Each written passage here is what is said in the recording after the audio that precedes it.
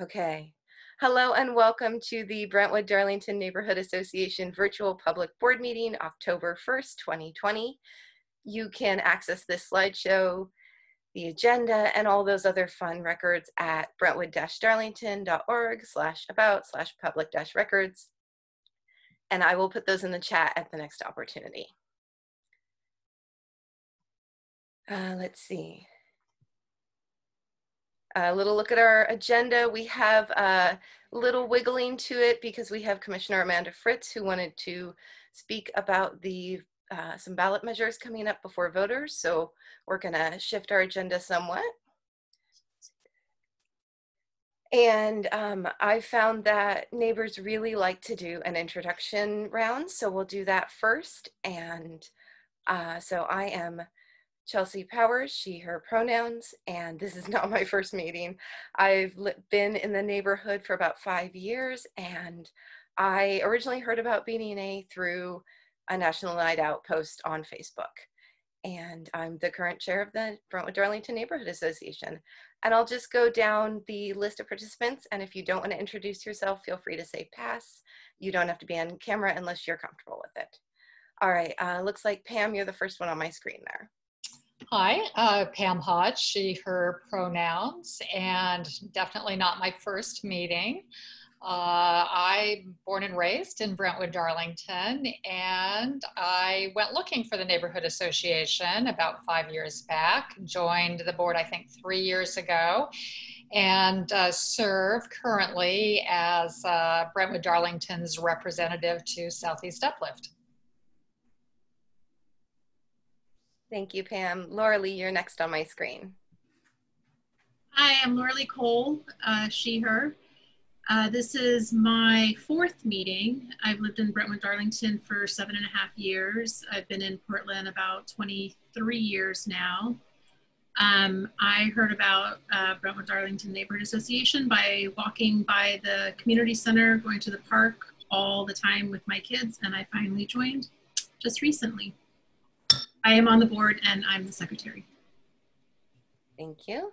Stephanie, you're next on my list, and then I'll read off Gail's because I see she typed it in the chat. Hi, everyone. I'm Stephanie Frederick. This is possibly my 42nd meeting. I don't know, 42nd, 43rd, somewhere in there. I've been living here for 3.5 years, and I joined even before I moved into my house down here. So I've been on the board solidly for over 3.5 years.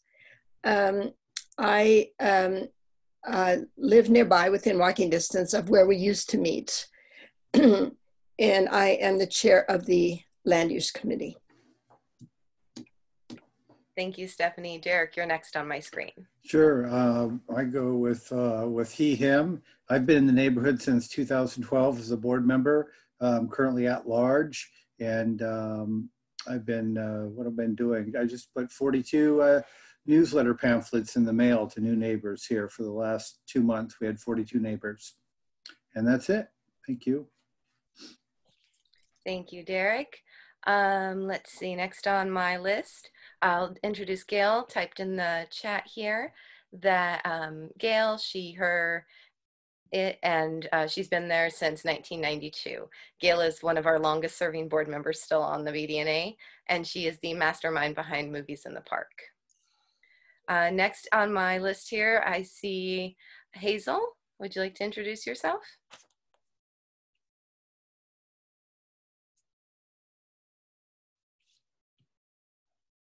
Okay, next, Mary, would you like to introduce yourself?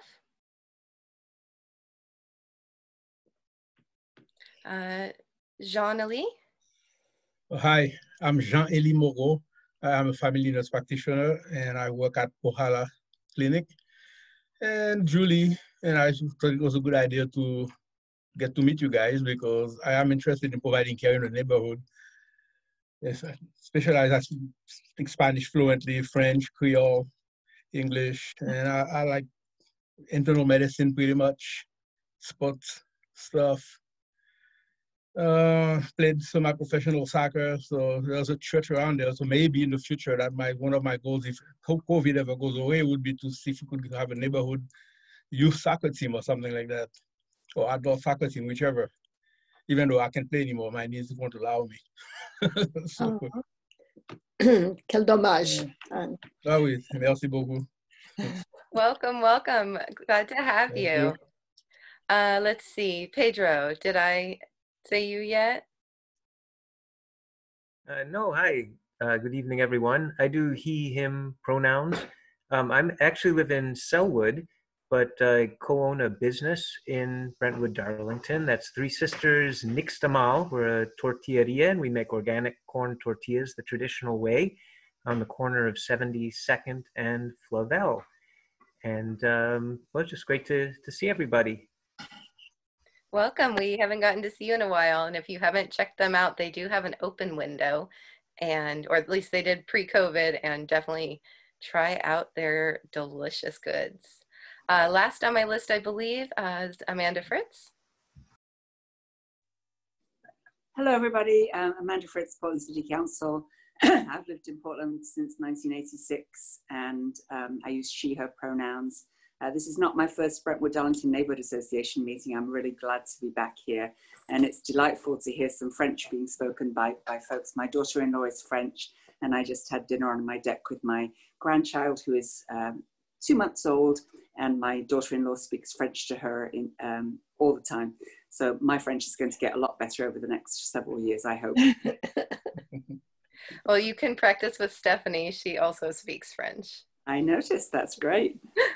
All right. Did I miss anyone? My list tends to jump around. All right. If I missed you and you decide later on you want to introduce yourself, feel free to interrupt and say, wait, I want to introduce myself. All right. Just a really quick, for anybody who's not super comfortable with Zoom, we usually go through a quick of we're hosting by Zoom to keep everybody safe. And you can access it using all these devices, the slideshow, and getting information by our newsletter and our Facebook group. And again, I'll post those links in the chat as I have an opportunity. If you have not participated with Zoom before, here are some controls you might see on your screen if you're using a computer. I know they vary from model to model, but these are some of the most common ones, and they give you some ideas of what to look for. If you're using a smartphone, your buttons are going to look similar, but you might have to swipe between screens. And if you're on a regular phone, which I know we sometimes have a few, and you can mute using *6, raise your hand with *9, and the links that we put in the chat will also be in the minutes. Now I'm going to go ahead and jump into a community announcements, but I want to check in. Does anyone have a problem letting Commissioner Fritz go first to get her off to her next item? No, we should give her that courtesy, absolutely. Excellent. Okay, I'm going to go ahead and fast forward to her slide there. So it's going to flash for you for a minute, but go ahead, Commissioner Fritz, and let us know why you're here.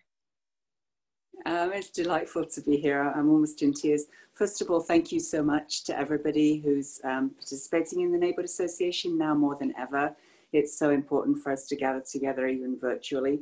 Chelsea, I haven't seen that presentation. I've been doing a number of neighborhood meetings, and indeed the city council meetings are all virtual. I'm sorry, I keep getting attacked by my cat, so my coworker is not helpful. Stop it. If there's a scream, it's because my cat has scratched me yet again. This is usually his time for him and me to hang out together, and he's not quite used to my evening neighborhood meetings again. I'm sorry, I digress. I would love it, Chelsea, if you would please send me those slides that you just put up. We would love to, I would try to get the City Council to put those up with due credit to you before meetings, because we spend a lot of time telling people how to mute, unmute, press *6, etc. And I certainly am amongst the most technologically challenged. So I will say that I am utterly incapable of following the chat. So Chelsea, if you could please help me with asking the questions that people put in the chat. I recognize that some people are not able to dial in. I only have audio and visual on my iPad, which makes it a bit challenging. I'm usually on City Council frozen in my 2016 picture because I can't follow everything without the video at the same I'm on an iPad. So there we are. Anyway, no problem. I can send you these slides and I'll monitor the chat. Thank you so much. Go for it. And thank you again for doing such a great job with the Brentwood-Darlington Neighbourhood Association. It's sad. I was hoping that this fall would be kind of my last trip around all of the neighbourhood associations to say in person how very grateful I am for all of your support over the last 12 years. And still, I get to do it now. And it's after dark, so I'd be challenged with driving at this time of the night anyway. So it's nice that I can visit.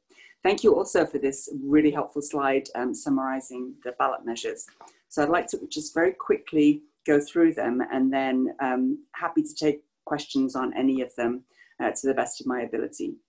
So these are the 3 ballot measures that the City of Portland referred, the council referred. The first one, as noted, is 26213. This is a 5-year levy to fund Portland Parks and Recreation, or help fund Portland Parks and Recreation. It would be a levy of 80 cents per thousand of assessed value, which would raise about $48 million per year over 5 years. For a home with an assessed value of $200,000, the owner would pay about $13 a month. The median home assessed value in Portland is $188,000. So as we know, Measure 5 meant that the assessed value and the real market value are very different, and indeed very inequitable in different parts of the city.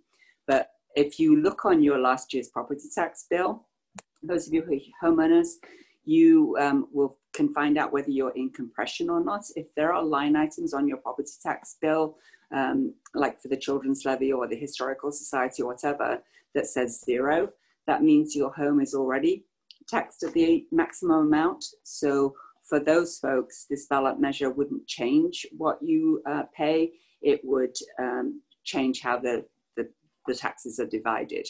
If you're not yet in compression, then it could potentially raise your property taxes by the amount that I just said. And it would fund maintenance of parks and natural areas, restrooms, trash pickup, those kinds of things in parks. It would fund for the first time, it would help with maintenance of the 1.2 million trees on parks lands and improve maintenance of those. It would, again, for the first time, expand the scholarship programs and the equity components of the parks programs. One of the reasons that parks is in such dire funding constraints is that we rely on fees for things like swim lessons and community centers and other parks programs. That makes up a good proportion of the parks budget. And we can't put up the fees as much as inflation for other costs because of the impacts on people. But even with the fees that we have, it's cost prohibitive for some people. So the intent is that this levy would correct that and make sure that everybody has access to things like swim lessons and parks programs. A lot of the details about what this levy would fund have not yet been worked out. Commissioner Fish, in one of his last work sessions with the council, laid out the options for parks funding in November, and it would take about $100 million a year to adequately fund all the things that Portlanders want from their parks. I was disappointed when this levy came forward because it's only half of that. It doesn't actually fix the structural problem. I was hoping that we'd have some kind of a new tax that would raise new revenue and not cut into the other things that property taxes are used for. And then COVID hit. And so we had to close the community centers, stop a lot of the programming. So that made the loss of fees even worse. And to me, this is a stopgap measure. What will happen if the measure passes is that there'll be community outreach and a lot of community input to decide how the levy funds are spent each year. There'll be a community oversight committee that will look over it, and there'll be annual audits. So in some ways, it's structured very much like the very successful 2014 bond measure campaign that I led. The difference is in the bond measure, we were really specific about exactly what was it going to fund. In this measure, we're asking for approval for the fund and then a binding city policy that community members will be involved in figuring out how to spend it and with oversight. So clearly now more than ever, we need our parks and community centers to be available for people to gather, to recreate, to just feel some community. And we want to be able to open the community centers as quickly as possible. So I very much urge your yes votes on 26213. The second one is 26217, and this creates an independent board of local residents to oversee the Portland Police. The board would be staffed by a director and experienced staff, including professional investigators. It would include representatives from diverse communities, including those who have experienced systemic racism and historic over-policing. The board would have the power to subpoena documents, access police records, compel witness statements, including from police officers. And community members in the Black community, including Commissioner Hardesty, who is leading this campaign, they've been asking for this change for more than 30 years. And after 12 years of trying to change the system from within, I have come to the conclusion that we need something radically different. I actually can't promise that this measure is going to do what it intends to do. Some of you will remember that in 2013, Commissioner Saltzman passed a ballot measure about the police and fire disability program that corrected a problem in this pension system. We get paid at the city every 2 weeks.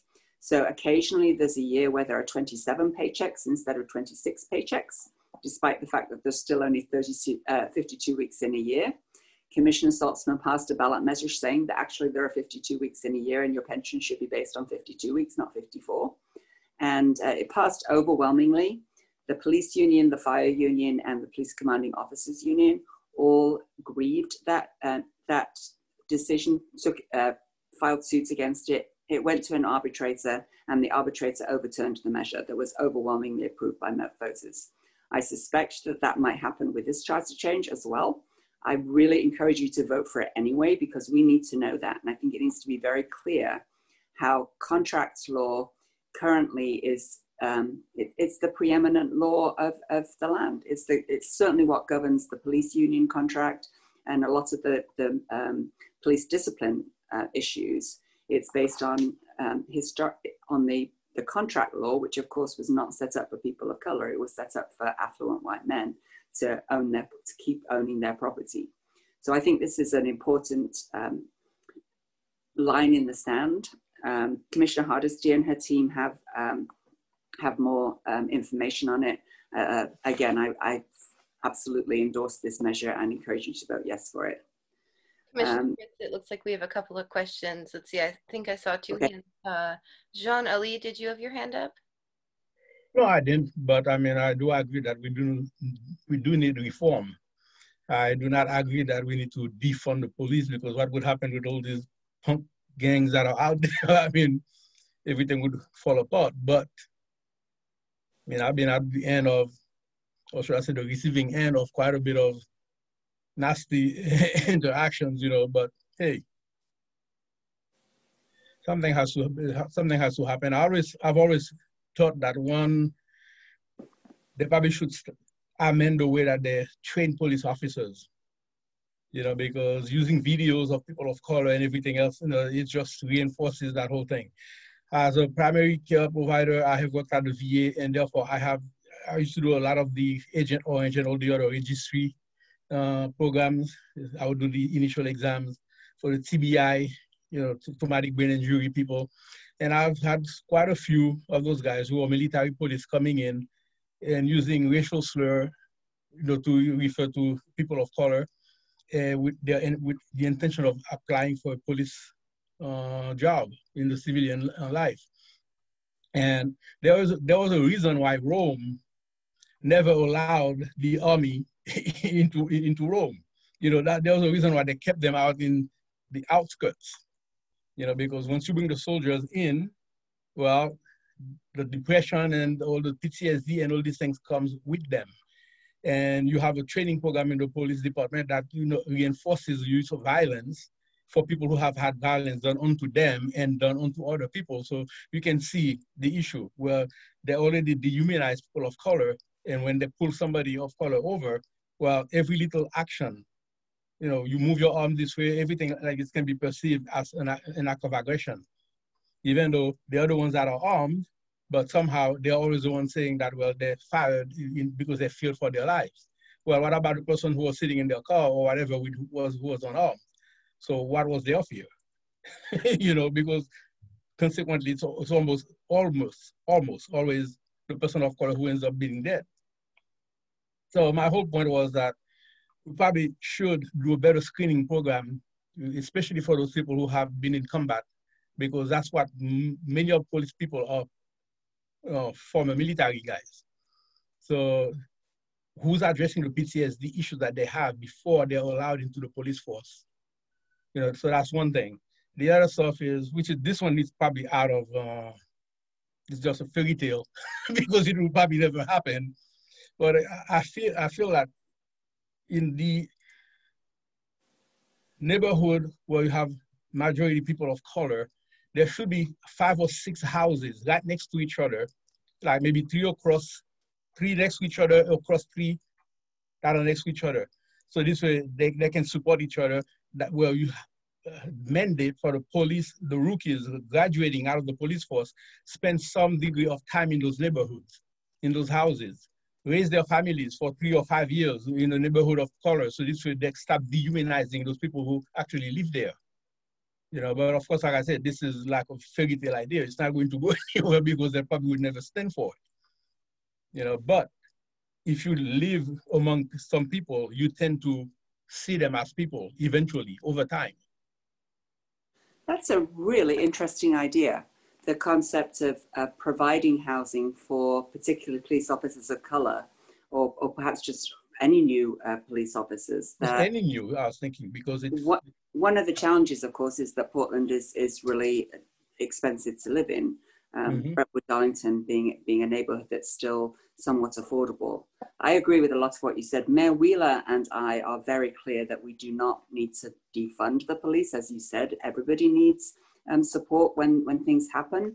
What we need is to reform them. And, I'm sorry, je suis désolé that you and other people of color have been adversely impacted, along with people with mental illnesses. I was a mental health nurse for 27 years before I was elected to the council.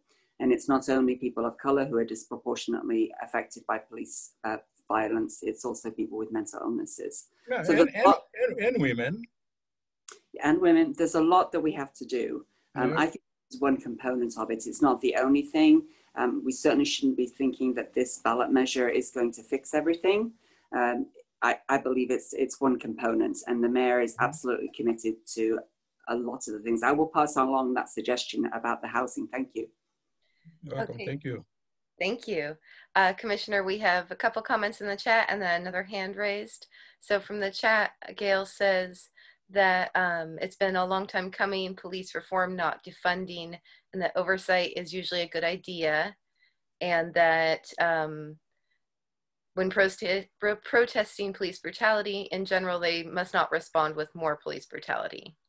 Right. Pedro says that he agrees with that and that cops should be incentivized to live in the neighborhoods they serve. And then next hand up I saw was Stephanie. Yes, Commissioner Fritz, I have a question about the operating levy for parks. But first, may I say that we are going to miss you terribly.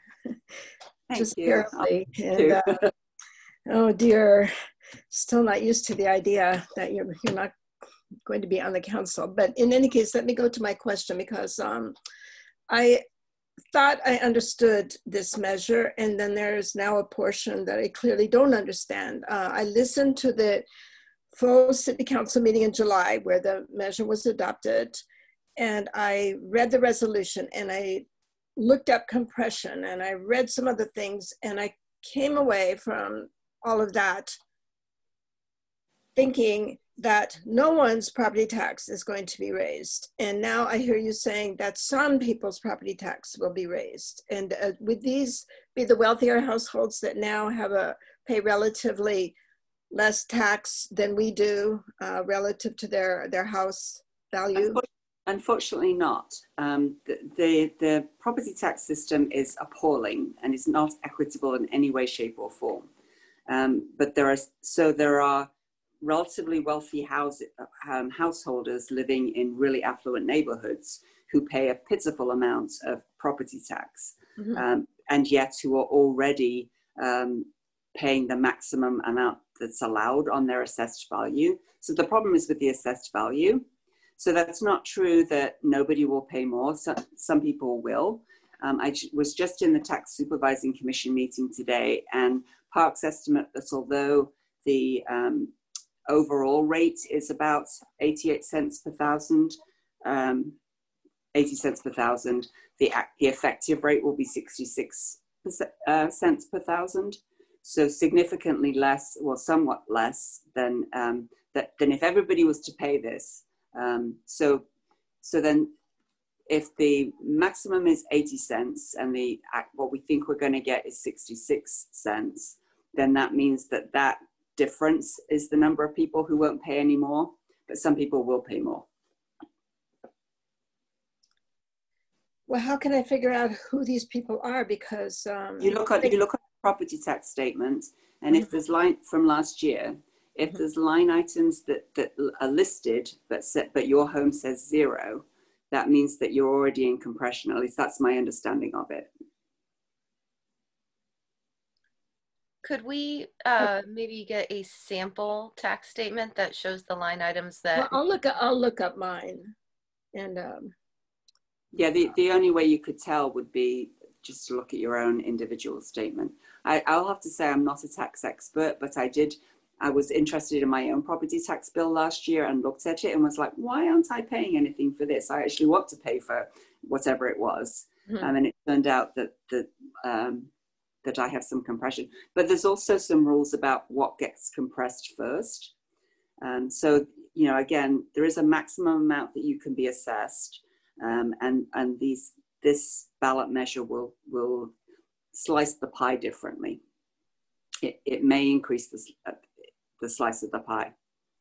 So, okay, so I want to write something that we post at our website and to help educate people about this operating levy. So I should say, if you have an itemized property tax that shows other levies, then you will not be paying more. No, that's not correct. How about if I get one of our, the real tax experts at the city to write something up for you? You know, Chelsea asked if we have any written information, and the Parks Bureau just today got back from the Secretary of State. We're not allowed on city resources like the email or whatever to advocate for or against a ballot measure once it's been referred. Right. But we are allowed to give factual information. Please. So just today we got back from the Secretary of State for the Parks Levy, kind of just the bare bones of the facts of it. I can also get somebody to write up for you, Stephanie, and the Neighborhood Association, what's meant by compression, because I do have people who know about that and they can share the information even though they can't then say, please vote for it. Oh, that would be outstanding, because what I've put together so far then isn't really correct. It's mostly right, but it's probably due to my ineptitude of trying to make something simple that really isn't, and also, as I say, not being a tax expert. So let me find somebody who is, and I'll get that back to you. Oh, that's fabulous. Thank you so much. Thank you. Taxes are complicated regardless. So I will say that just facts. So a fact sheet would be great. A lot of city staff are having to take unpaid days off on Fridays to save money for COVID. So it's quite possible that I won't be able to get that for you until next week. I just wanted to let you know. I'll get it in motion, but it might not be quite so quick as I'd like to. Oh, that's fine. Next week is fine. Thank you. Thank you very much. And I want to give credit for this slide actually to your staff, Commissioner Frith. I copied the bulk of it directly from an email from, and I'm terrible with names. Misun? Yeah. Sent me this excellent little breakdown of the bullets there. So just want to make sure that credit's given where it's due. I love that. I love my staff. They're even better than I know they are. So that warms my heart at this time of the night. Thank you, Chelsea. Let me just go into the last ballot measure, if I might, and then any other questions I'm happy to take or comments. Would that work? Yes, that's great. Go ahead. Okay, so the last one is 26-219, and this is a ballot measure that I referred with the support of the entire council to amend the charter to allow new water fund spending and address land use. This is about the so-called hydroparks, the properties that the Water Bureau owns that may have a water tank on them that were previously fenced. And Commissioner Randy Leonard decided to take the fences down and let the community use the part that's not taken up by the water tank in some cases. If the fence is up the Water Bureau is allowed to spend Water Bureau ratepayer funds to mow the grass around the tank. If there's no fence and you put a picnic table on it, some affluent lawyers sued the city and said that we can't use Water Bureau funds for that, we have to use general fund. And I think the people of Portland and the Water Bureau's ratepayers should choose the appropriate uses of the Water Bureau's lands and funds, not affluent lawyers.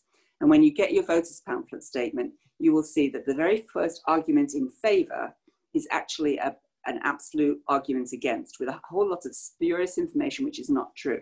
And so there's lawyers who make a lot of money from sowing discontent and spreading misinformation about how the Water Bureau uses its fund. This measure actually does what they have previously in the past been concerned about. I just don't, actually, it wasn't right that Randy Leonard got to make that decision by himself. Water Bureau lands belong to the public, and the entire council should make that decision. So this charter measure actually says that no, the commissioner in charge of water doesn't get to make these decisions by themselves. The entire council decides how Water Bureau properties, and let me just clarify, outside of the Bull Run, we're not talking about Bull Run. This would let the council and the ratepayers and the Portland Utility Board decide how to use Water Bureau properties. So there are 7 of these hydroparks all over the city. I don't see one in your particular area. But when we referred this ballot measure to from the council, we pledged to have a public process to decide what incidental uses would be allowed, and that every year the council would have to get a report on how much was spent on these properties. Right now, it's only about 11,000, a little over 11,000 a year that has to go from the general fund to the Water Bureau to mow the grass around these properties. But that also means that we don't have general fund to improve the properties for Americans with Disabilities compliance. So, you know, these picnic benches and other facilities are not ADA compliant. And if this ballot measure passes, then we'd be able to make the properties usable by the public, including people with disabilities. So this is one, as I say, I think Portlanders and ratepayers should choose how to spend the Water Bureau's how to use the Water Bureau's properties and spend Water Bureau money.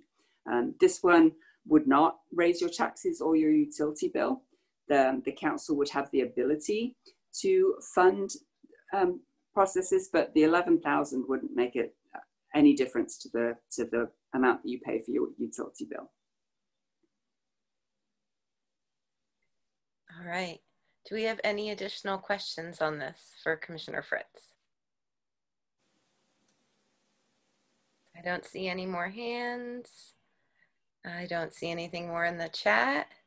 I think we have lots to think about, and hopefully we can get some fact sheets and include them in our, we're doing a voter information week next week with interviews with candidates and fact sheets on measures and things like that, and reminders to vote. So we'll swap in your fact sheet and make sure that ours is correct. And if you have any of the ones on the other ballot measures or can point us to where we can find at least summaries or links to them, that would be appreciated.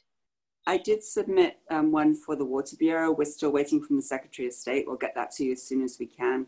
Commissioner Hardesty chose not to do that for the middle one, so I won't have anything that's neutral that would be suitable for sending out from the Neighborhood Association. First of all, thank you for letting me go first. I appreciate that.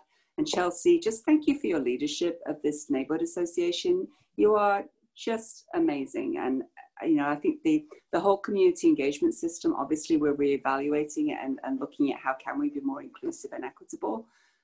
You've done that in Brentwood-Darlington and encouraged people to participate, and I really, really appreciate it. So thank you for all you've done. Thank you. I couldn't do it without the board members that are here tonight and the ones who came before. And I want to make sure that we got all questions. All right, I'll connect with your staff for those fact sheets. Oh, Stephanie, do you have one more question before we go? Oh, okay. That was just because I'm always paranoid. Commissioner Fritz, you have Chelsea's email address, right? You know how to. Well, I can find it, but Misan can find it a lot quicker. So I will certainly. He has my phone number now. We're all good. Okay, very fine. Thank you so much. My team really does try to get back to people as quickly as possible. I'm so blessed with the staff that I have in my office right now. Oh, and Stephanie, you mentioned you're going to miss me. You're going to be so happy with Commissioner Rubio. She shares my values. I'm so excited that we'll have the first Latinx member of council. She loves parks. She loves, she just shares my values. So I think you will be very well served. And she's still working for Latino Network right now. But I encourage you early in the new year to invite her to participate in one of these meetings, because I think you'll really, really enjoy her. Oh, wonderful idea. Okay, thank you. Well, thank you for that reassurance. That's wonderful. Thank you so much. Anything else for Commissioner Fritz before we let her go enjoy her evening and return to being her cat's faithful staff? I just saw a comment in the chat, Chelsea. Could you read it for me, please? Oh, yes, sorry. It says, I see two now. Pedro says, thanks, Amanda. Good to see you. And Jean-Élie says that he hopes you don't forget to mention the ideas to the mayor about police reform. I certainly won't. That's a fantastic suggestion. Thank you so much. So thank you, everybody. Thank you, Chelsea. Hope Thanks for coming. Thank you. Well. Bye. All right. Bye. Bye. Okay, I'm going to find the slide we were on, and we'll do our best to still get through our meeting quickly. I'll run through the community announcements really fast of the ones that are where I don't see somebody here to share with them. Reminder about Learning Gardens Lab. They're probably coming up to the end of their harvest shares, but you might still be able to get one. And there's a great article there by David Ashton. I'll link that in the chat when I get a moment. Next, all committees meeting, that is on October 20th. We are going to be joined by Malcolm Hoover from Black Futures Farm. And then I want to encourage you also to read the excellent article on them. I'll also link that in the chat. And check them out at blackfutures.farm. They are doing great work here in the neighborhood, and we're excited to have Malcolm join us. And all committees are open to everyone. You don't have to be a board member. That is the third Tuesday of the month at 5 p.m., again, virtually. Leach Botanical Garden, you can get construction updates there. Mary didn't send me anything exciting, so I think they're still working on the aerial walk there. A reminder that if you don't have a child, school is online until at least November 5th. If you know somebody in need of food, there are links there for our nutrition sites. Woodmere, Whitman, here in the neighborhood are both distribution sites, as well as we have food pantry resources. Both Woodmere and Lane are hosting pantries, and then we have our unofficial pop-up, and our neighbors in Woodstock have the All Saints food pantry. So if you know somebody in need, or if you are in need, or if you want to donate, check those out. And board, I'm gonna have a request about pop-up pantry later in the evening. A quick note, this also went out in the e-newsletter. There is a survey that is out for for Arrowhead Heights Community Orchard. I just got that from Alicia Kraft, who is the, who works at, volunteers with the Brentwood-Darlington, the LGL Orchard, that one. So I'll post that link in the chat as well. And I'm gonna go ahead and turn it over to Pedro, who has been waiting so patiently to tell us about the mural planned for Three Sisters there. Sure, I don't have really a lot to share. If you're familiar with the south-facing side of our building on the corner of 72nd and Flavel, we've been putting up an awning that's going, not an awning, but a set of brackets that is going to have solar panels on the top. And the permitting process has been a little challenging, but everything is kind of moving together, and we have to have the brackets up, and then we're going to paint a mural kind of incorporated into the solar panels, and then put the solar panels after the mural is painted. And we're hoping that this will happen in the next few weeks. I don't have a picture of I can explain the concept, but we're working with an artist. So unlike we can't really do a community mural, like a lot of murals are done, where the kids come out and everyone's got a paintbrush, and we love doing that kind of thing. But in this time, we thought it would just make more sense to go with a local artist. We have a young man who goes by Atlas, and he actually works with spray paint as opposed to brushes. So we're going to be doing it'll be a theme similar to our logo that kind of, you know, evokes authenticity of corn, fields of corn, sun, moon, you know, kind of like these cultural themes of connection to the earth and the food that sustains us. So there will be some kind of corn, stylistic corns represented. And we really look forward to making that happen and making that intersection more purposefully colorful.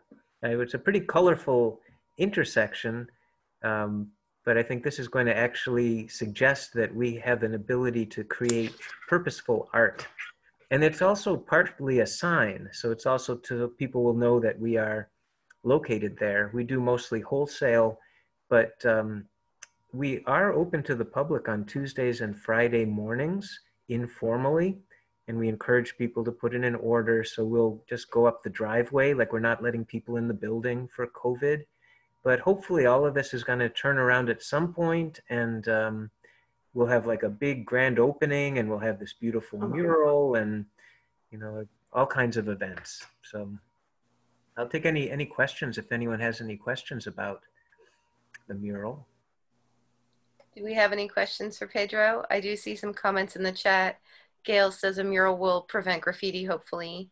And Shannon is very excited for this. They live near that intersection and love this idea. I'm personally excited. I can't wait to see it because I drive by there at least once a week. Would you, by any chance, take progress pictures then so we could do a post on the website when it's done? Yeah, absolutely. And I got a call from David Ashton from the Selwood Bee, and I think he also wants to, you know, get some pictures of the progress. I'm really hopeful that it'll happen in the next few months, but it has been very challenging just getting the permit process through the city. I think COVID has really made things a lot less straightforward than they used to be. So I'm really hopeful that you'll see something there soon. Thanks for your support. Permits are challenging at the city even pre-COVID, so Yeah. I wish you a lot of luck. And Pam says in the chat that she's so glad you're in our neighborhood. So any other questions or comments for Pedro? I think we're just excited to have another mural in the neighborhood. Mm-hmm. All right, I'm gonna go ahead and move on to our next topic, and we'll play our time by ear this evening. All right, I just have one update, and I wanted to make sure we did this before we took any kind of break in case we have neighbors who don't want to stay for the things like approval of minutes and and committee reports. We, as part of our voter education series that's starting next week, interviewed 3 candidates. We sent invitations to all, including Teresa Rayford, with approval from the auditor since she's a valid write-in candidate. We received replies and scheduling from Mingus Maps, Chloe U. Daly, and Sarah Inarone. And I conducted those interviews with the questions that the board worked on. I want to say thank you to Stephanie for helping with those questions. We pulled them from the survey, and she and another neighbor made them very professional. I can't think of any better word for it. They were really excellent. And so those are going to go up the week of October 4th. I haven't decided the exact date yet, but it'll happen sometime that week. And of course, those will be on our website, YouTube, Facebook, Twitter. They'll go out in our newsletter, all those fun things. And a reminder that the voter registration deadline is October 13th. And you can register to vote and all those fun things at that link there, which I'll post in the chat when I have a moment. All right, before we jump into committee meetings, I'm gonna give us a 5-minute break. We're running a little ahead of schedule. And before we take a little break here, Shannon says in the chat to check your registration either way to make sure. and I agree with that. You should always check to make sure you're registered, even if you think you already are. So I will actually leave that link up, and I'm gonna give us a 5-minute pause break. I'll pause the recording, and everybody can get a drink of water or whatever you need to do, and we will be back at 7:55. Thanks, everybody. I'll see you in 5 minutes. All right, we're going to move on to land use and transportation. So that means, Stephanie, you are up. Okay, very good. Hi, everybody. I have new news on the TGM grant. And for those of you who don't know— We can't hear you, Stephanie.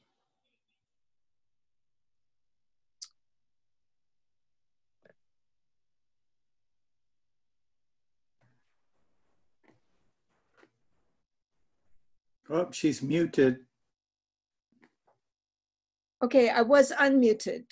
There you go. I can hear you. Sometimes you have to mute and unmute again to make the sound reconnect. Zoom is weird. Oh, really? Oh, okay, fine. So, all right, thank you. I don't know why it works, but sometimes it does. Okay, fine. I'll try to hold on to that for the future.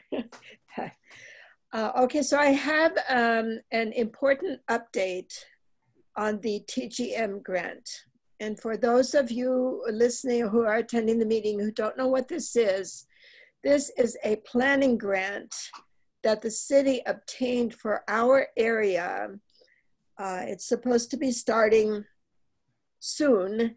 The TGM stands for Transportation and Growth Management, and it's a state of Oregon grant. The city has supplied matching money for the to the amount supplied by the state. And I have just spoken with one of the project managers. Her name is Marty Stockton, and she works in the Bureau of Planning and Sustainability, but she's paid by PBOT, the Bureau of Transportation, and she's the liaison between the two bureaus. She's one of our project managers, along with a transportation planner in PBOT named Zeph Wagner. So Marty told me the following, that COVID has crashed the economy and therefore just destroyed the revenue streams coming into the city. So staff has asked the state of Oregon, and Oregon has agreed to revise the grant so that the money that was going to be used for a consultant that was going to do most of the work to do all the outreach and collect all the data about our area, the consultant would be dropped and the work would be done by staff instead. And so the state agreed to this, but they lowered the amount of the grant because staff per hour charges are lower than what consultants charge. The city will still offer its $30,000 match. So the grant has, the state part has been lowered to $195,000. The $30,000 from the city stays in place. Plus, PBOT came up with $30,000 additional dollars. $10,000 is for a transit analyst, which is really good news. And then $20,000 will be used for engaging an entity like Hacienda or Rose Community Development to work on the development and anti-displacement facets of the planning effort. So the staff have to get this change approved by City Council. So it's supposed to go in the form of a resolution before City Council on October 28th. And Marty said a letter of support from us would be very helpful. And I agree with her. I think this is the best we can do given the pandemic and the crashed economy. I think we're lucky to have people fighting to save the planning effort, actually. So I would like to make a motion that we prepare a letter of support for the new revised scope of work. It's not really a revised scope of work, it's a revision of who's going to do the scope of work. And send it to City Council and Mayor before the October 28th hearing. Okay, we have a motion on the floor to send a letter of support for the changes to the TGM grant as stated by Stephanie. I see in the chat, Gail seconds. I'd like to open this up for discussion before we vote on it. I have a question, Stephanie. Yes. So if I recall correctly, the original amount of the grant was $250,000. So is this only a $5,000 reduction if it's $195 plus another $50 for the transit analyst and the anti-displacement? I mean, it sounds like it's almost the same level of funding. The only change really is who's going to be doing the work. Am I understanding this correctly? Yes, but the second 30,000 is going to be considered to be outside the grant. So there's just some technical way of handling the financing that sure. That doesn't really even matter to us. So yes, we're going to, between PBOT and the state, we're still going to be getting almost what it was before. Good. So perhaps it's just as robust a planning effort, and possibly the quality will be better because Marty will be doing more of the work herself rather than having it farmed out. Well, you know, that is my impression as well. I think there's a big opportunity here for us to be more closely involved in this planning effort and to be communicating a lot more with the staff rather than having a consultant between us and the staff, which was the way it was kind of shaping up. And in fact, Zeph Wagner invited us to please start supplying him with information about the kinds of things that we're worried about here, or aspirations or visions. And so I was really happy to see that happen. I sent him the speeding data from Flavel Drive, and he said, oh yes, please start sending information to us about what you're concerned about, what you want, what you're thinking about. So I was, you know, I thought it was very encouraging. Awesome. Do we have additional discussion points or questions, comments? I have one, I guess, suggestion maybe, Stephanie, that we kind of reaffirm in the letter our commitment to helping with this, that, you know, BDNA is behind, is willing to help city staff as much as we are able with our limited volunteer capacity. But we could also emphasize that they have had success in the past with these sorts of efforts because of our Regional Flexible Funds grant.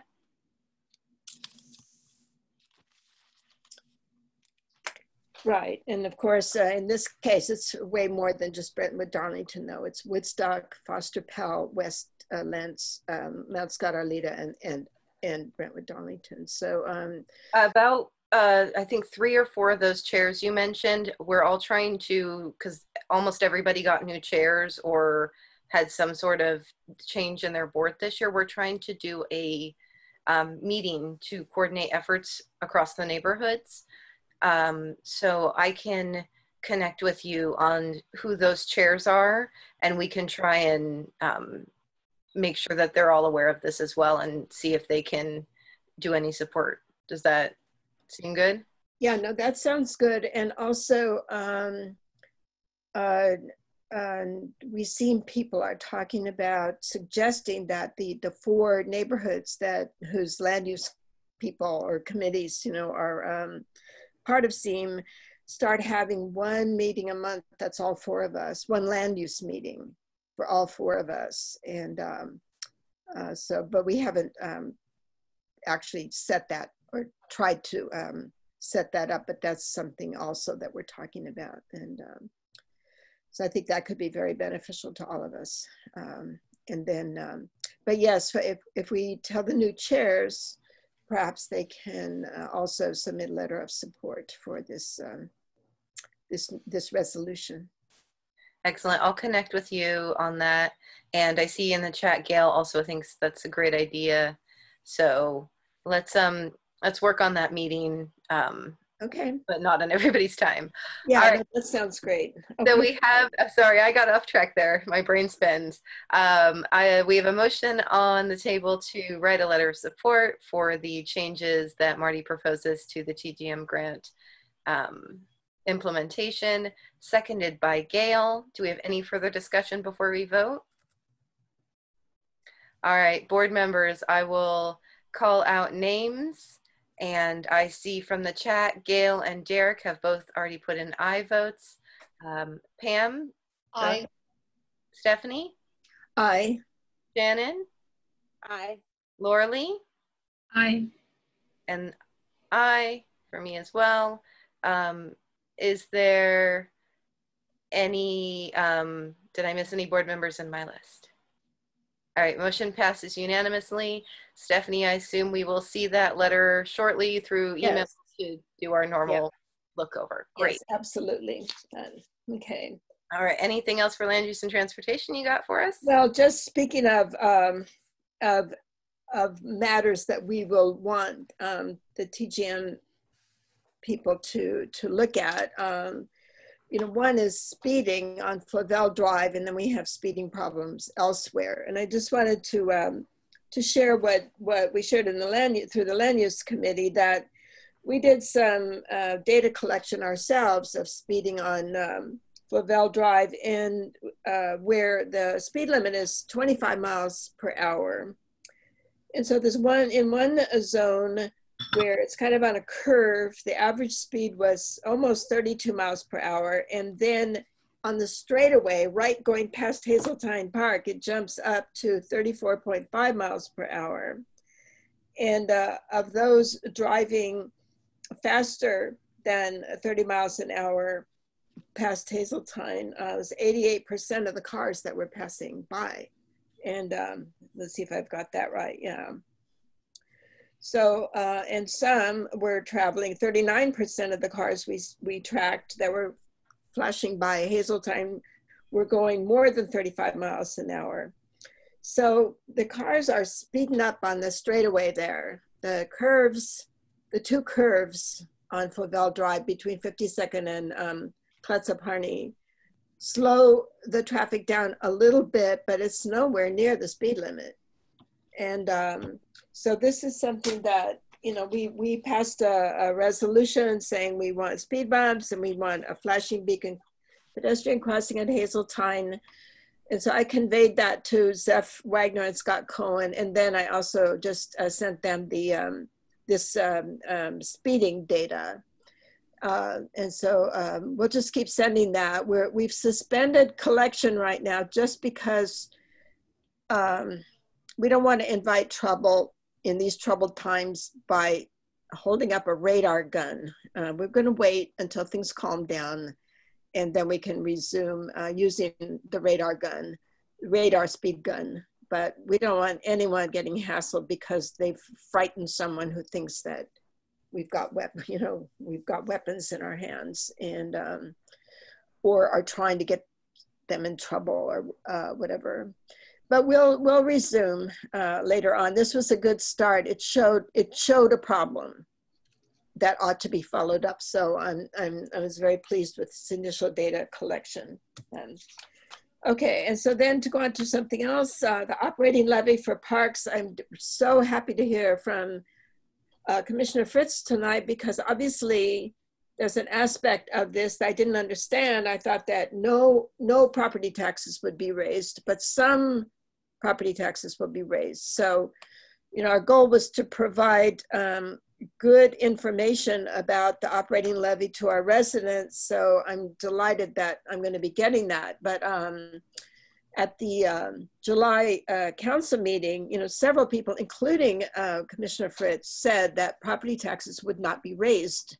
And so I think this is a new understanding that no, in fact, in certain cases, they will be raised. So I think that's really, really helpful to know. And so that's just fabulous that she was here tonight, because we want to be informing people correctly.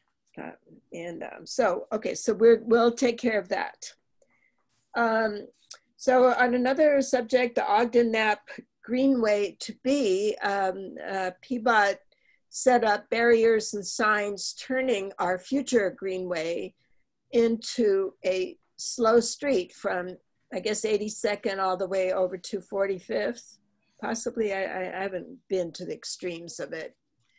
And we've heard anecdotal evidence that, especially towards the eastern side, that, and I think Chelsea also weighed in, that there seem to be fewer cars on Ogden anyway, which is good to hear. But I was very distressed to see that at 52nd, where Knapp joins 52nd, the barriers have been driven over, smashed, defaced, torn to pieces, sprayed, and it's just feeling really bad about this, because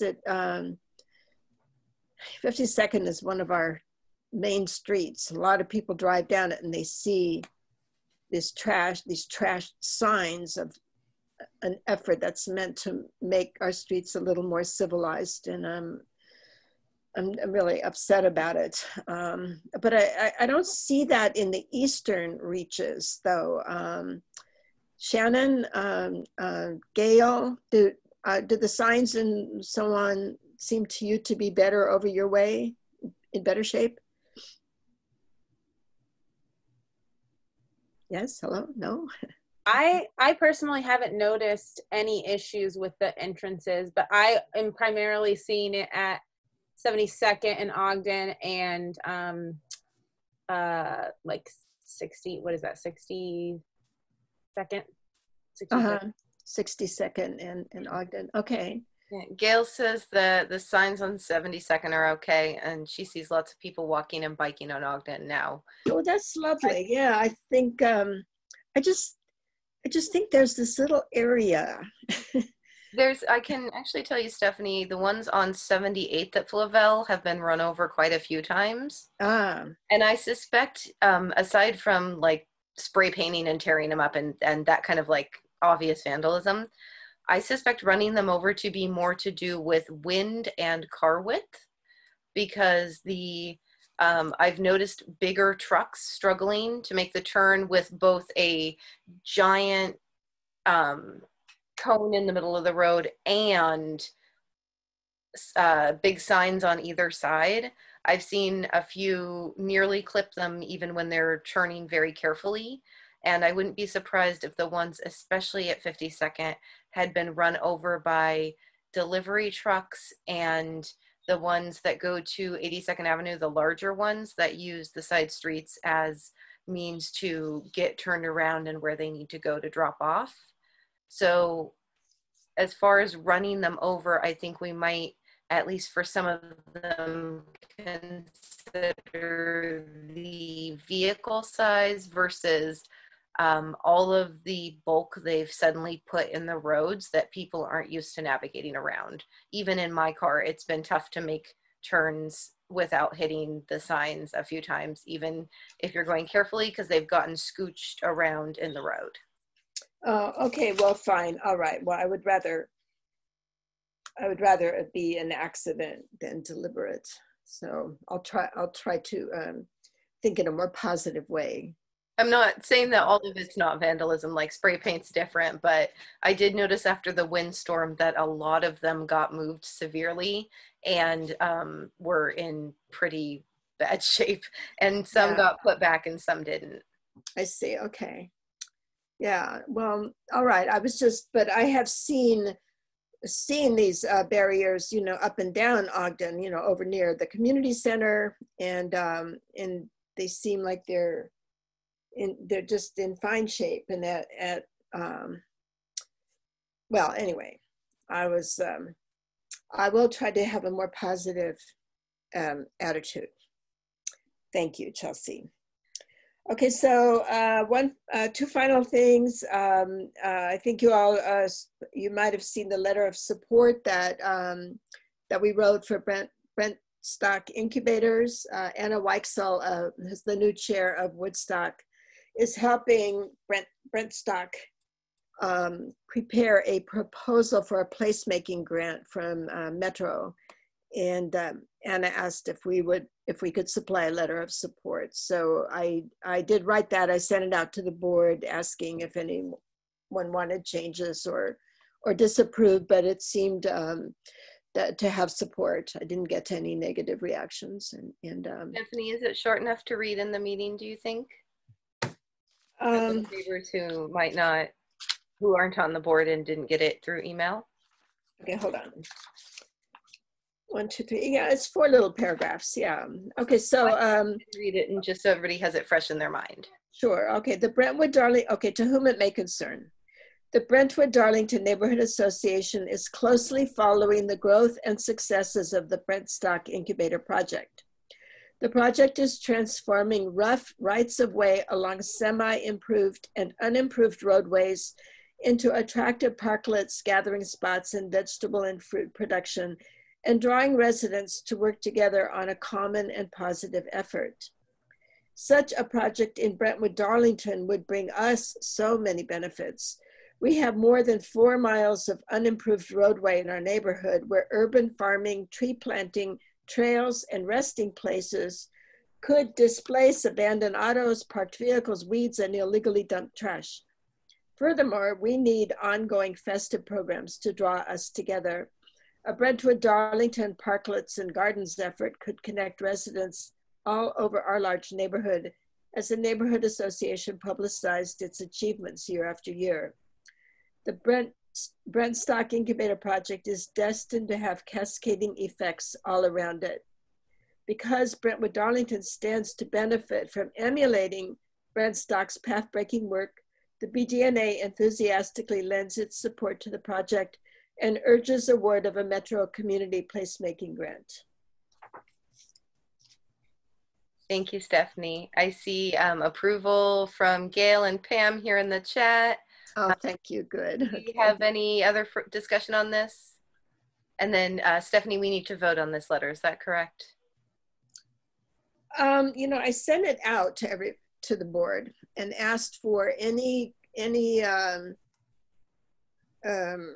commentary or revision or pushback by noon today, and I didn't get it. But if you want to vote, if you think we should vote for it, that's fine with me. I think that's. We might as well cover our bases since I've got enough board members. Okay, well, all right. Well, I move that we send a letter, a letter that's already been sent, already been approved and sent to the Woodstock Neighborhood Association for in support of a grant proposal for Brentstock Incubators. Okay, yeah, but I just realized we don't need to vote on it because it falls under your responsibilities as land use chair. I know, but you know, I don't want to take independent action except in some extreme emergency. I'd much rather share with the board and have the board's support and knowledge and so on. So now I'm just totally want to vote for it. All right, so I have a motion on the floor to posthumously approve this letter, post-sending. Seconded, I saw in the chat by, or seconded by Shannon. And in the chat, I have ayes from Gail and Pam. And then I'll just run down myself. I'm aye. Stephanie? Aye. Shannon? Aye. Derek? Aye. Laura? Okay. Aye. Oh boy. Okay. Thanks, everybody. All right. Unanimously passed. Okay, great.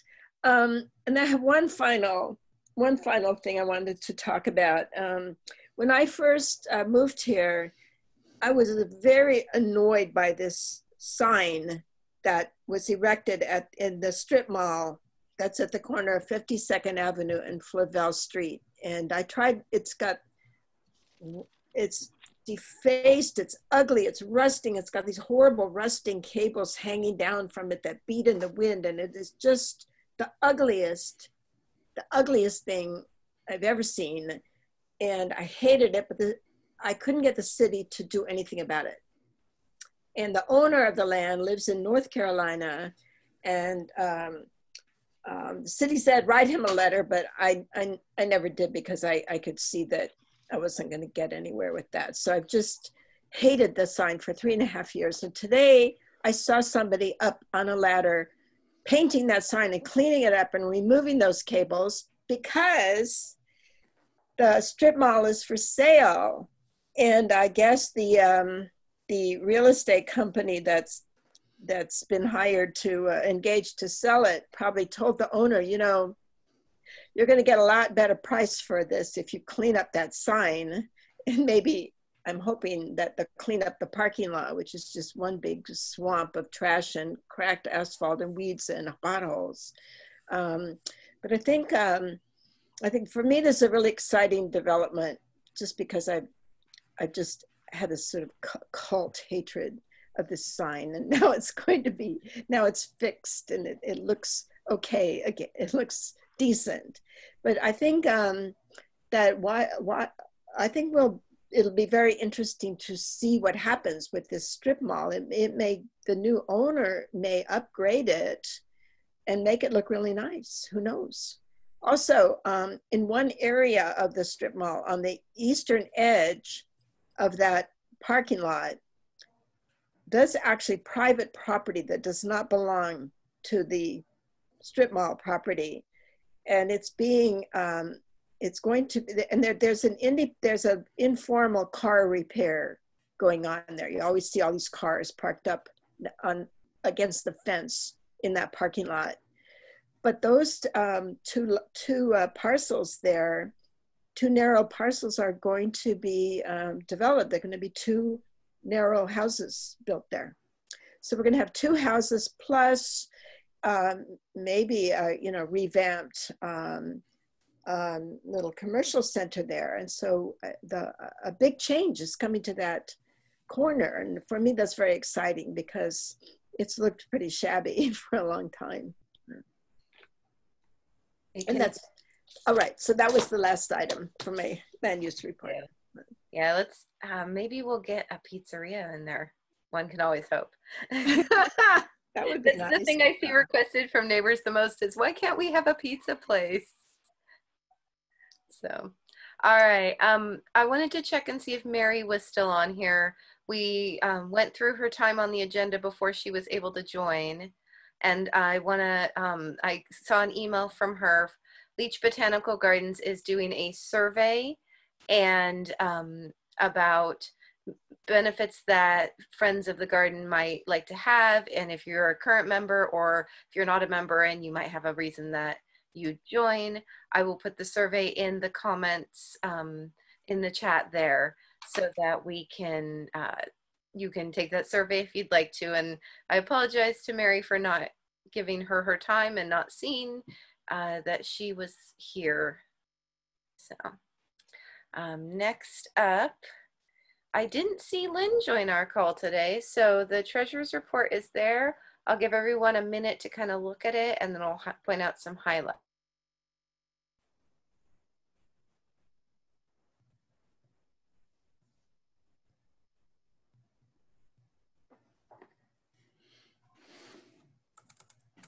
So just the highlights there.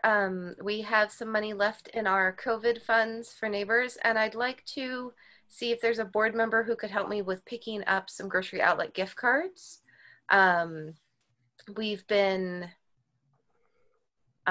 giving out gift cards and similar things to neighbors in need, and I'm starting to hear of more neighbors in need of groceries.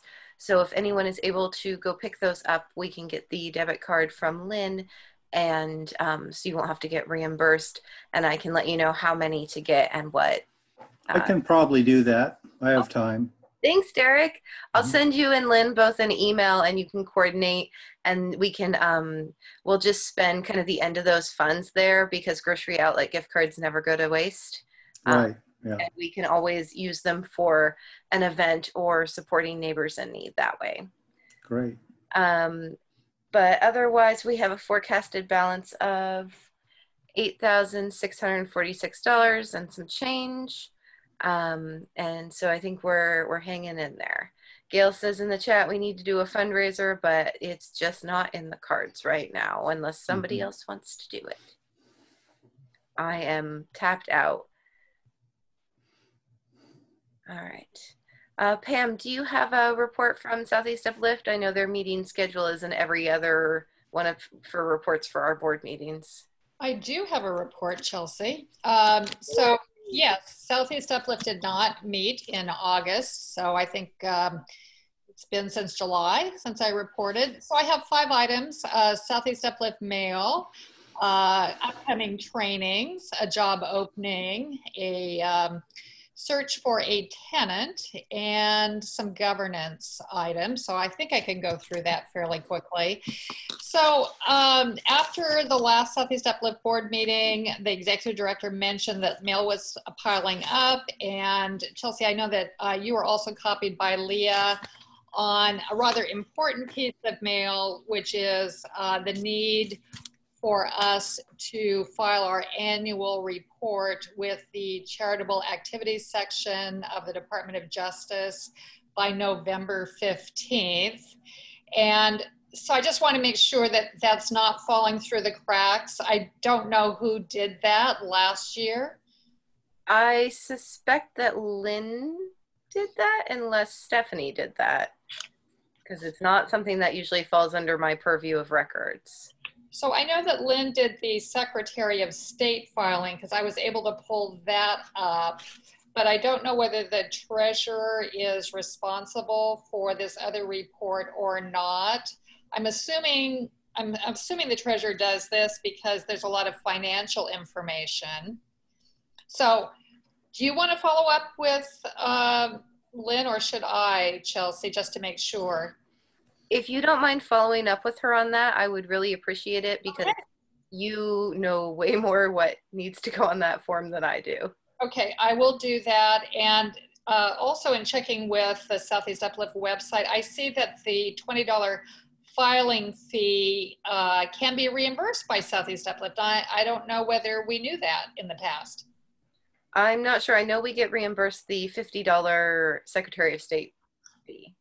Okay, all right. And I did double check that one as well. And Secretary of State is not due until April 6th. So we have some time. Okay, so that was my first item. And then the second one, upcoming trainings. Maria at Southeast Uplift sent out an announcement a few days ago on their Leadership Academy. There's 7 different trainings, mainly taking place in October and early November. One was just passed on September 24th. That's the new Neighborhood Association board member orientation. Lauralee, I don't know whether you had a chance to go to that or not. She's nodding yes, so that's good, thank you. The next one is a communications workshop on Thursday, October 8th, and another communications workshop on October 13th. And the 4th training is meeting facilitation, which includes training on understanding and using your bylaws and Robert's Rules of Order, quote unquote, constructively. So I thought I would attend that one since I've been working on the bylaws. That would be excellent if you don't mind. I've got it on my calendar. 5th one is diversifying your board, scheduled for October 29th. And the 6th one, community advocacy, that Leah is teaching on November 4th. And finally, implicit bias training, which has not been officially scheduled, but I heard a rumor that it's going to be on November 11th. So I'm hoping that other board members can attend at least some of these trainings. Were these in the Southeast Uplift newsletter? I'm not remembering seeing them. I think it was a separate email from Maria dated September 29th. I can forward that to you, Chelsea. Send it to the whole board and maybe we can piece up and try to attend almost all of them. I wouldn't mind doing, I could do like maybe the communications if it lines up, and maybe we could, because several of those seem important and it would be good to get in on those trainings that we don't usually have access to. Yeah, I think I could probably do the diversifying the board one. I just need to double check in it. Yeah, if you could send it to us, because I'm not seeing it on their website either. And I would love to go to the advocacy workshop. I think we've covered almost all of them. Well, did we miss any? I'll send it out and then everyone can respond. Awesome. Okay, so I mentioned a job opening, and as some of you may have heard, Maria is leaving, I believe, at the end of this month. And they've already posted the position, which is Communication Outreach Manager. And the deadline for applying, if you know of anyone, is October 19th. That's posted on the Southeast Uplift website. Compensation is a minimum of $49,000 a year plus full benefits, healthcare, dental, vision, and retirement. So we'd help them circulate that opportunity for someone, hopefully a friend of Brentwood-Darlington. And I don't know a lot about it, but Southeast Uplift owns 2 buildings, the church building on Market Street where we meet pre-COVID. And then I was amazed to learn that we own a second building on Division, the Tabor Commons building, and apparently the tenant left. And they're looking for a new tenant, preferably nonprofit. So if you know of any nonprofit who is looking for space, that building is available. It's on Division across from Franklin High School. If you've been around a little while, that's the old Cafe Au Play space. That was, for a while, it was Vibe of Portland that was housing it. So other neighbors may know it from one of those entities. It's also right next to, I think, a Dairy Queen or some fast food restaurant like that. Oh, yep, Gail says yes. So excellent. We'll see who fills that. And then lastly, on governance, I believe at the last executive committee meeting, they are proposing to form a bylaws subcommittee. And since I've been working on our bylaws, I will probably volunteer to serve on that. And I might learn something more to inform our own bylaws revision process. And then finally, the executive committee officer elections for Southeast Uplift are always held in November, and the nomination process is currently happening. So we may have new executive committee members come November. I personally will not be putting my hat in the ring. I'm just don't have the capacity for that right now. And that's all I have for this month's report. Well, that's quite a bit. You all have been working really hard. All right. Just a reminder that we do have committees. Besides land use and transportation, which you heard from, we have equity inclusion, parks and schools, events and outreach, and emergency preparedness and sustainability. And anybody can join them. Our meetings are the 3rd Tuesday, 5 to 7 here on Zoom. Do we have any other committee updates before I move on? I did want to highlight what Derek said earlier, because that's part of events and outreach, that he sent out 42 brochures this last month. So yeah, and that was for new neighbors in the last 2 months. So I want to say August and July. Yeah. Oh, and did you include the inserts in those? Absolutely, with the magnets. Yes. Oh, and speaking of that, since Lynn isn't here, Between Gail and Lynn, they used up all the communications funds with the printing we approved last month, and spent the remainder on postage to make sure that we used every penny of our communications funds grant. And and we have lots of stamps to carry us into the new year, and we supported our local post office. All right, I have seen some glorious minutes going around through my emails, and I want to thank everybody who dug through all of their back records and found them and got them up to date.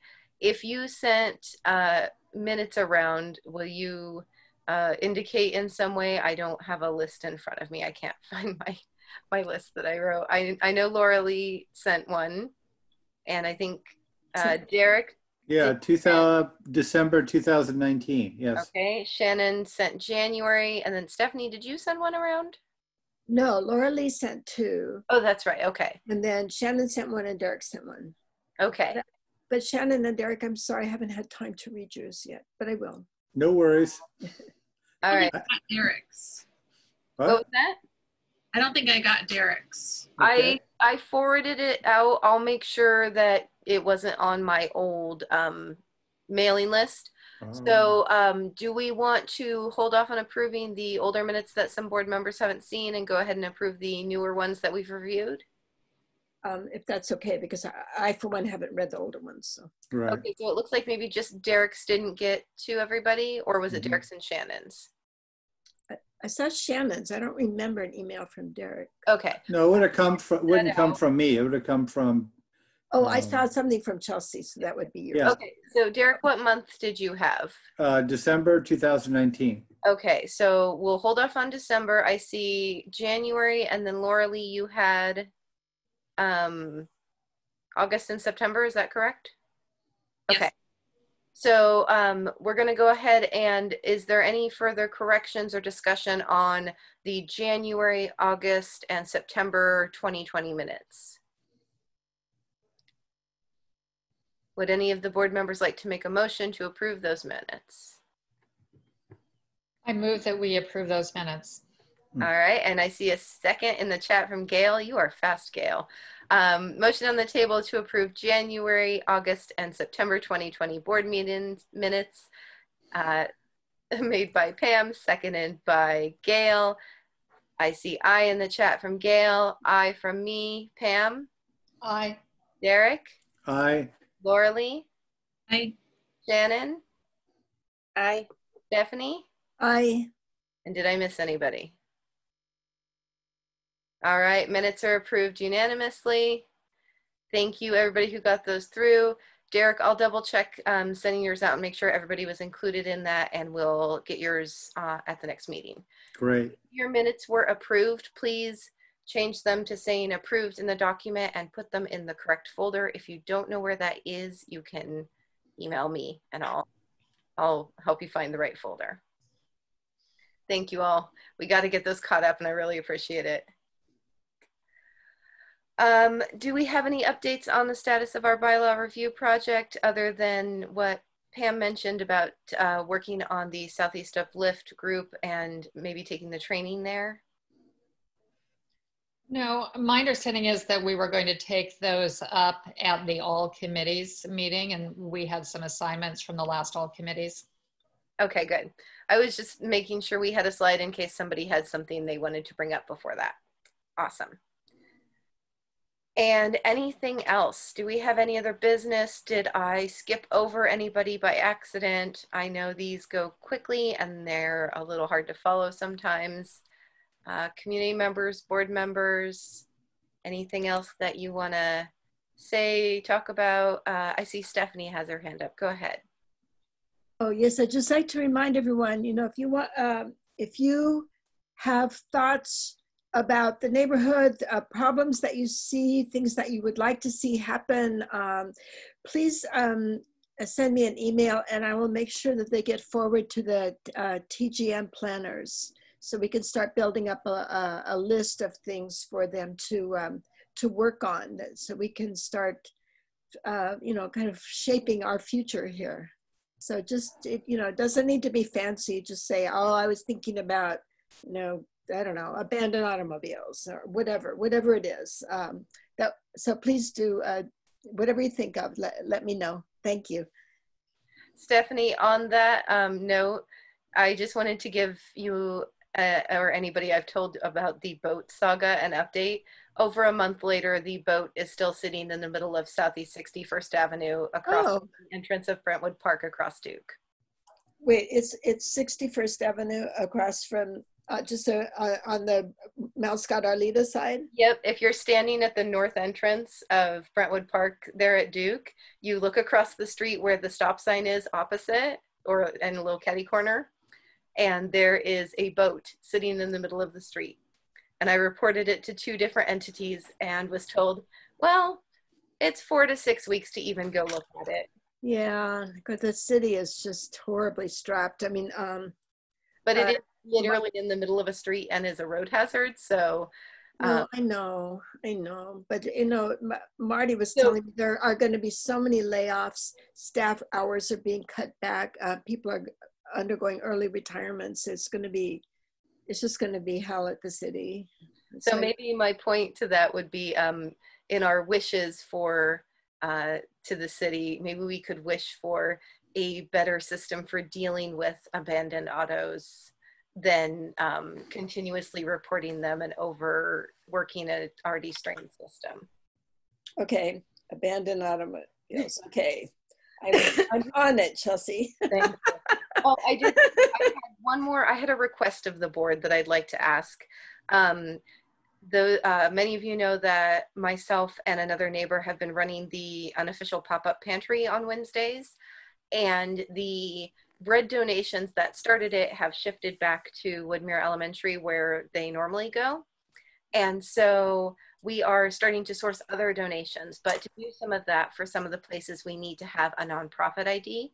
And I wanted to check with the board before we use the BDNA's nonprofit ID to source free food for the neighborhood here. Well, how much of a nonprofit? We're sort of a nonprofit. It should be good enough that what I've been told is they need a letterhead and a nonprofit ID, and then they can write it off their taxes, and that's how they check you in.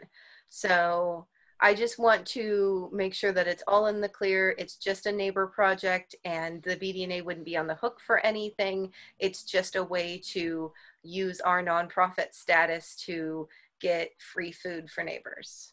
Do we know our nonprofit ID number? Yes, I got it from Lynn. And if it does not work, I can then move up the chain to Southeast Uplift to get the higher one if that doesn't work. Yeah, okay. No, it sounds fine to me, Chelsea.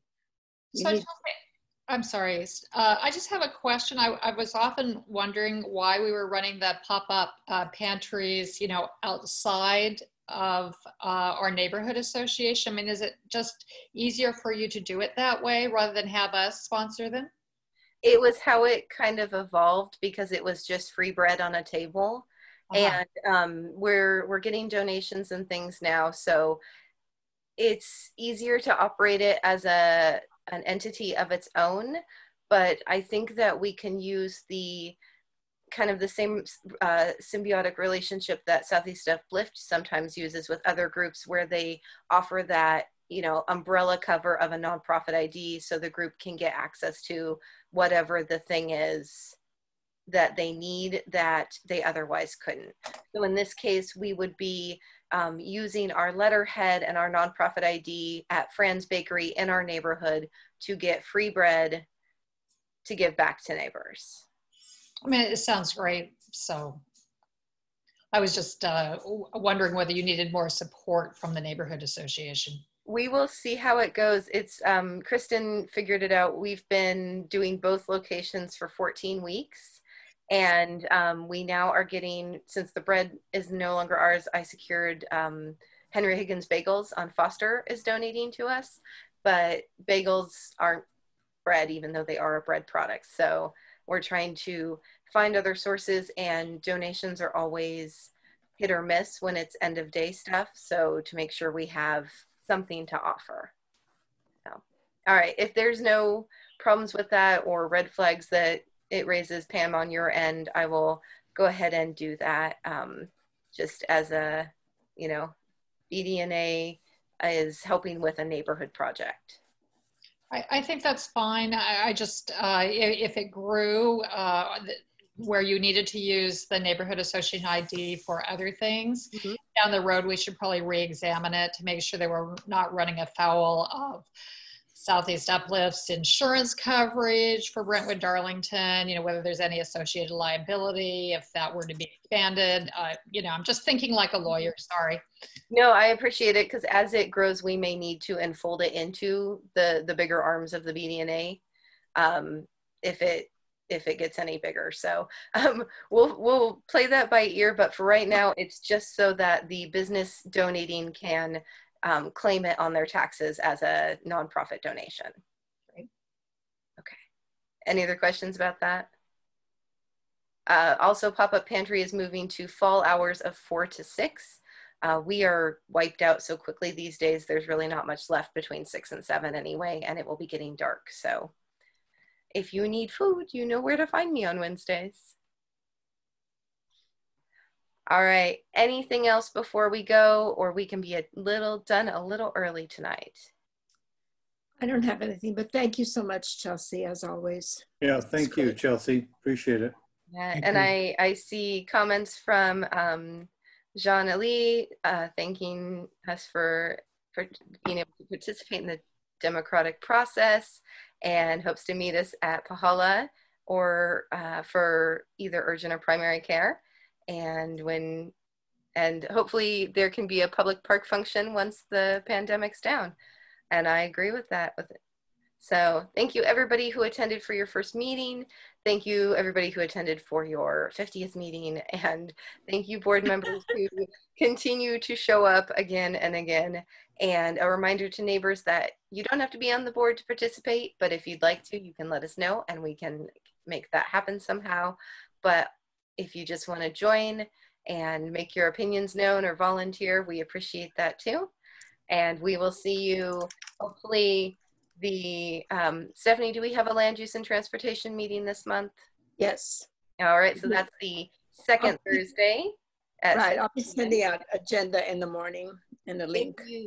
Yep. And Stephanie, will you put the land use email in the chat so that anybody who would like to get that specific land use email can connect with you? Okay, let's see, chat. How do I add a chat? If not, I'll get it in there before I close the meeting. Everyone. Okay, so send email to bdlanduse@gmail.com. Okay. And the all committees meeting is the third Tuesday at 5 p.m. and we'll have special guest Malcolm Hoover from Black Futures Farm. And if there is nothing else, I will say have a great night everyone, and a great end of your week, and we'll see you at the next meeting. Thanks for coming. Great. Thank you, Chelsea.